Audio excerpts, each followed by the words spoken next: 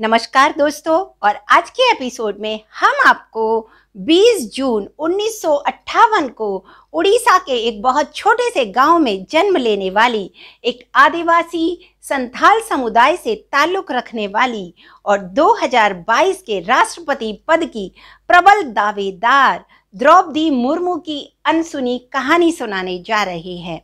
जैसा कि अगर द्रौपदी मुर्मू ये 2022 का राष्ट्रपति चुनाव जीत जाती हैं तो वो देश की पहली ऐसी आदिवासी महिला राष्ट्रपति होंगी जो कि एक आदिवासी परिवार से ताल्लुक रखती थी, जो कि किसी बड़े घराने में पैदा नहीं हुई। इसके साथ ही वो राष्ट्रपति प्रतिभा पाटिल के बाद दूसरी महिला राष्ट्रपति होंगी। साथ ही वो आज़ाद भारत में पहली जन्म लेने वाली सबसे कम उम्र की राष्ट्रपति होंगी। उनके बारे में बताना चाहूंगी कि उनका राजनीतिक सफर जितना सफलताओं से भरा हुआ रहा है, उतना ही उनकी निजी जिंदगी संघर्षों से भरी हुई रही है। राजनीतिक सफर में आने के लिए उन्होंने कभी नहीं सोचा था कि वो राजनीति में पैर रखेंगी, लेकिन वो शुरू से सोशल वर्क करती रही हैं और उनके सोशल वर्क को देखकर ही लोगों ने उन्हें राजनीति में आने के लिए प्रेरित किया। और इसके बाद और एक के बाद एक वो सफलता की सीढ़ियां चढ़ती चली गई।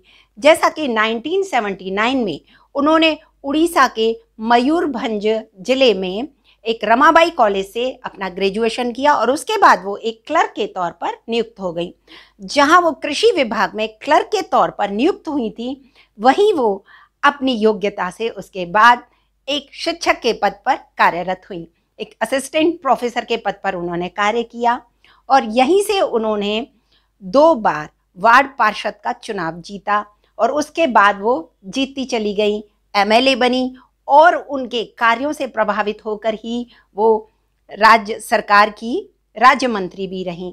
इसके बाद 2015 में वो झारखंड की पहली महिला राज्यपाल भी बनी। लेकिन जितना ये सफर उनका अच्छा रहा, उतना ही उनके निजी जिंदगी में चुनौतियां आती रहीं, लेकिन उन्होंने खुद को संभाला। किसके बल पर? सिर्फ अपने योग और मेडिटेशन, और वो बहुत ही आध्यात्मिक रही हैं, इसलिए वो अपने आप को संभाल पाई। तो मैं बताना चाहूँगी कि 2009 उनके लिए एक बहुत ही बुरा वर्ष रहा, जिस वर्ष उन्होंने 25 साल की एक कम उम्र में असमय ही अपने पुत्र को खो दिया और वो उस दुख से, उस दर्द से निकल नहीं पा रही थी और बहुत ज़्यादा डिप्रेशन में आ गई थी। और इसके लिए उन्होंने ब्रह्म कुमारी संस्था का साथ लिया, उससे अपने आप को जोड़ा और उन्होंने योग और मेडिटेशन किया। योग और मेडिटेशन के बाद वो जैसे जैसे इससे बाहर आ रही थी, उसके बाद ही 4 साल बाद 2013 में उन्होंने अपने दूसरे बेटे को भी एक सड़क दुर्घटना में खो दिया। तो इस तरह उन्होंने अपने दोनों बेटों को खो दिया। तो ये एक माँ के लिए बहुत दुख की बात थी। और उसी महीने में 2013 में ही उन्होंने अपनी कुछ दिनों के बाद ही, अपने पुत्र की मृत्यु के कुछ समय बाद ही उन्होंने अपनी माँ को भी खो दिया और उसके बाद उन्होंने अपने भाई को भी खो दिया। तो इस तरह लगातार एक महीने में उन्होंने 3 मौतों को, अपने खास परिवारीजनों की मौत को देखा।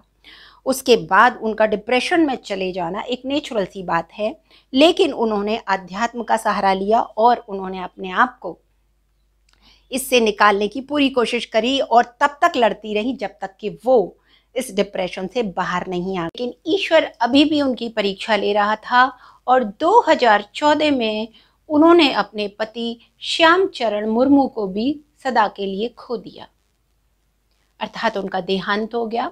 और उसके बाद वो पूरी तरह से अकेले हो गई।